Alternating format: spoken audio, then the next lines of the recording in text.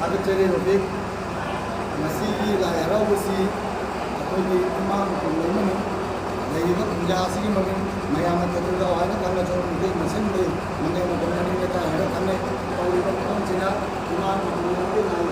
ꯂꯥꯏꯁꯤꯅ ꯑꯋꯥꯡꯕꯁꯤ ꯂꯩꯔꯤꯁꯦ ꯑꯗꯨꯕꯨ ꯑꯩꯈꯣꯏꯅ ꯍꯔꯥꯎꯔꯤꯁꯤꯅ ꯃꯅꯤꯄꯨꯔ ꯀꯜꯆꯔ ꯀꯣꯝꯄ꯭ꯂꯦꯛꯁꯀꯤ ꯒ꯭ꯔꯥꯎꯟ ꯑꯁꯤꯗ ꯐꯤꯜꯗꯁꯤꯗ ꯑꯁꯤ ꯍꯔꯥꯎꯕꯩ ꯑꯩꯈꯣꯏꯅ ꯍꯥꯀꯨꯝꯁꯨ ꯍꯔꯥꯎꯈꯤ ꯅꯪ ꯎꯔꯤꯕ ꯎꯗꯦ ꯈꯪꯗꯦ ꯈꯪꯉꯨꯔꯤꯕ ꯈꯪꯉꯨꯗ꯭ꯔꯦ ꯈꯪꯗꯦ ꯑꯩꯈꯣꯏꯅ ꯌꯨꯅꯦꯁꯀꯣ ꯑꯃꯁꯨꯡ ꯕꯪꯒ꯭ꯂꯥꯗꯦꯁ ꯅꯦꯁꯅꯦꯜ ꯃ꯭ꯌꯨꯖꯤꯌꯝ संस्था अनीसिगी तेंबांग अदुबु सिगी तेंबांग को चलबो साधनाना सिल्लांगगा साधनाना कार्यक्रमना मनिपुरी कल्चर को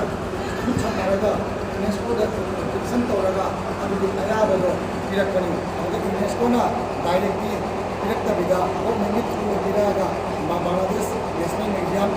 इंक्लूड तौरकोनी अदुबु माइकुंगा होइलाकुनी अकुंदी इंडियन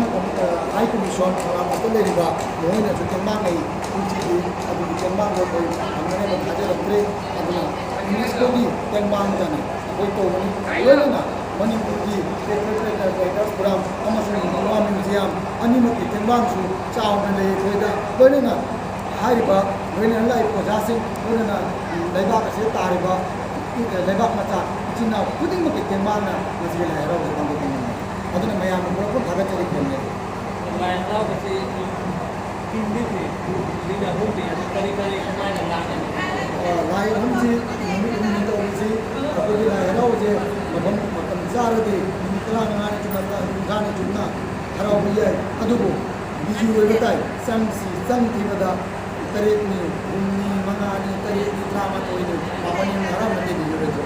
खातिन हराम मते 15 डेज में हराम ने नसी अपने शिल्लांग मदा मुझे शिल्लांग है मुझे मणिपुर का इंदर अलो को अमुलांग है असिकुंबा क्रिटिकल प्रोग्राम खर लाखना अकोई 2019 ना